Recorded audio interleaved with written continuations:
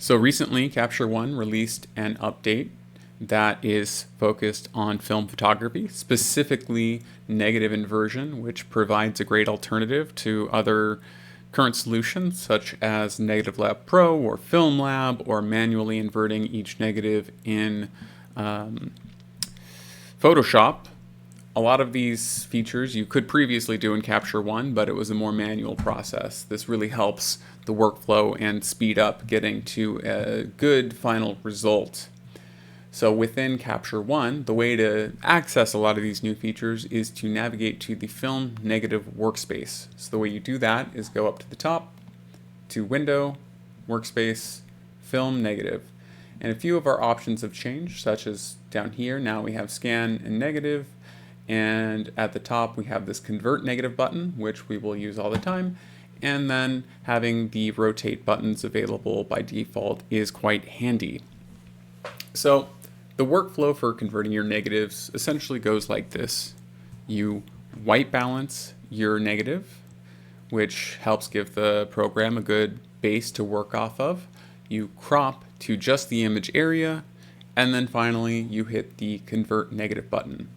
So once again, pick it, crop it, convert it.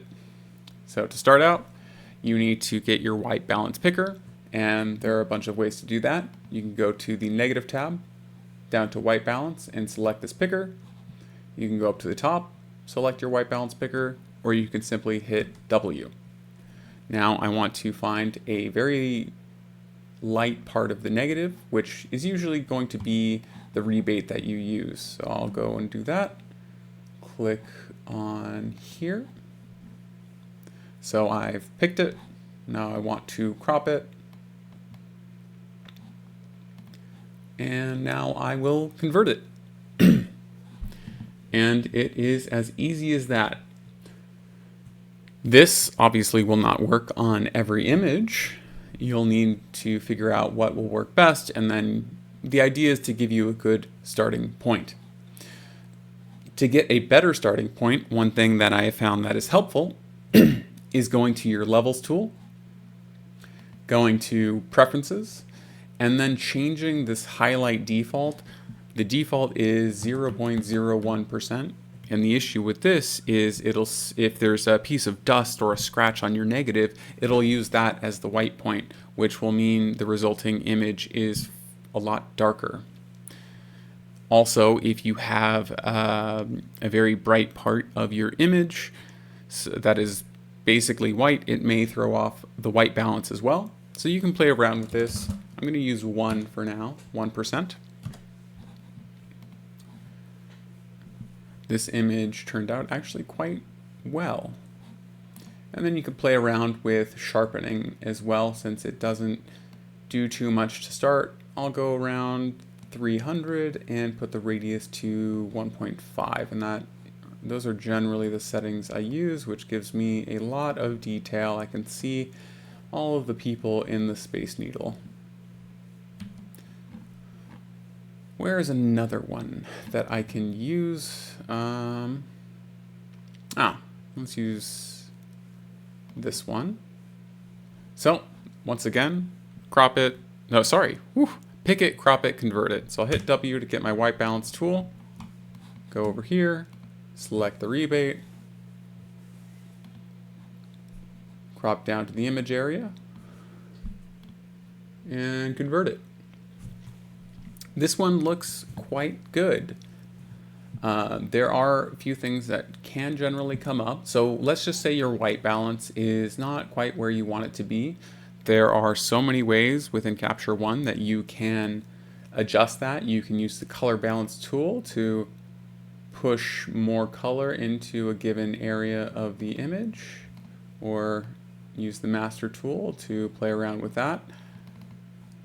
I would say one of my favorite features is within the curve tool, or up here, it's this pick neutralize point. It's also here. And this is going to white balance your converted image by playing around with each of the color channel curves. So you find something neutral-ish, and if you select it, it will edit each of the color channel curves to try and make it more neutral. So you can play around with points that work for that. Actually, I have a better example of that one up. Here we go. So we'll go through the workflow again. Pick it, white balance, crop it, convert it.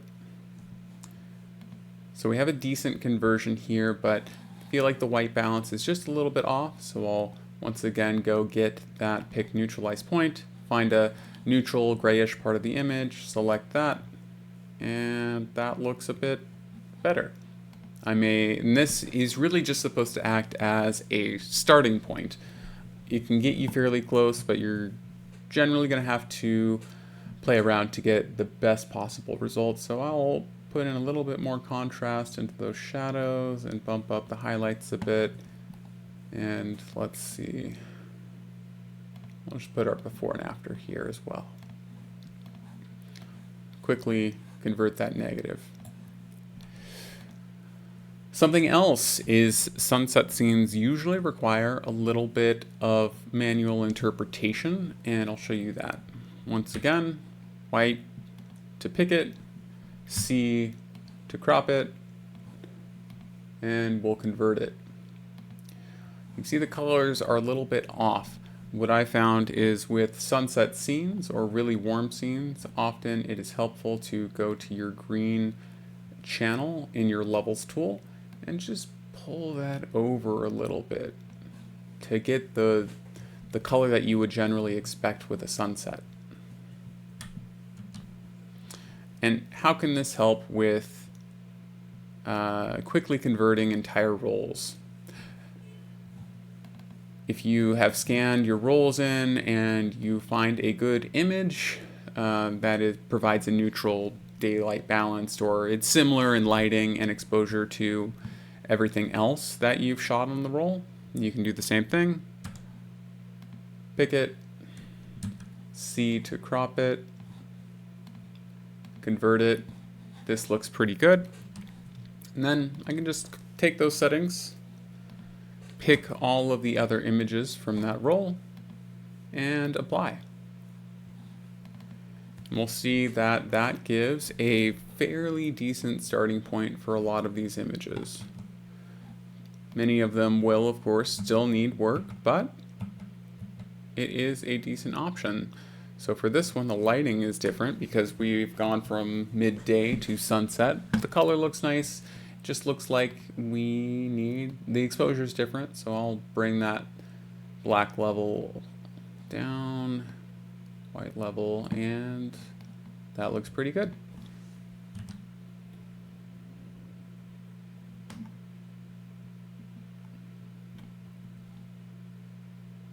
Another example, I think this one actually turns out quite well with just the default. So pick it, C to crop it, convert it, and there we go. Not bad, not bad at all.